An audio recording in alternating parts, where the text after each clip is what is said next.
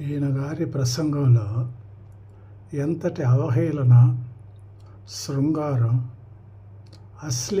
అశ్లీలత ఉందో అనడానికి ఒక చిన్న బిట్టు. వీళ్ళనందరినీ పెప్పించుకొని అవన్నీ వినడానికి ఒక గుంపు. వినండి. జాతస్య ధనుషో దివ్య. ఆ వింటి నారి సంగతి ఏమిటో తెలుసా? మనం తెగొట్టామనుకో దానంతటా అదే అతుక్కుంటుంది. జాగ్రత్తగా వినండి. నీ వింటి నారి నా వింటి నారి తెగింది అనుకో, ఇంట్లోంచి ఇంటి నారి వచ్చి వింటి నారిని బిగించాలి. ఇక్కడ అంతవరకు ఇది బిగిసిపోతుంది. ఏది బిగుసుకోదయ్యా? ఇంటి నారి అంటే ఇంట్లో నుంచి, నారి అంటే స్త్రీ కదా, ఇంట్లో నుంచి స్త్రీ వచ్చి బిగించాలంట, లేకపోతే అది బిగుసుకోదంట. విన్నారా? ఎంత అశ్లీలత, అబ్యూస్. ఇంకా కొంచెం వినండి. ఏం చేస్తాం? ఈ గ్రహస్థితులు నీకు అర్థం కావచ్చు. ఎంతసేపు పోరాడితే పోతామయ్యా.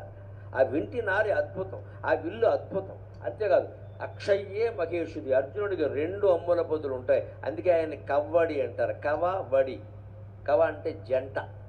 ఆయన ఇటు 2 అమ్ముల పొద్దులు ఉండవు. సాధారణంగా వీరుడికి ఇటువైపు ఉంటుంది అమ్ముత పది. అందుకే ఇలా ఎడం చేత్తో ధనుస్సు పట్టుకుంటారు, ఇలా తీసి ఇలా వేస్తారు. రామచంద్రమూర్తి అయినా అంతే, కుడి చేత్తో బాణం వేస్తారు, ఎడం చేతులు. రామచంద్రమూర్తిని గమనించండి, ఎడం చేతిలో ఉంటుంది బాణం, ధనుస్సు.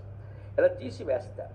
అర్జునుడికి ఒక సౌకర్యం ఏంటంటే, ఆయనకి ఆయాసం వస్తే ధనుస్సుటు పట్టుకుని ఇటు నుంచి తీసి వేయాలి, ఎడం చేత్తో కూడా. సవ్యేన హస్తేన అపిసాచేతి ఇది సవ్యసాచి అంట. సవ్య అంటే ఎడమ అని అర్థం. సవ్య అంటే ఎడమంట. సరే, అంతటితో ఆపాడా చూడు. ఒక్కోసారి కుడి కూడా సవ్యానే అంట. ఇంక ఏందండి, వినేవాళ్ళు ఏందో డాష్ గాళ్ళు అయితే ఇవన్నీ చెప్తుంటారు.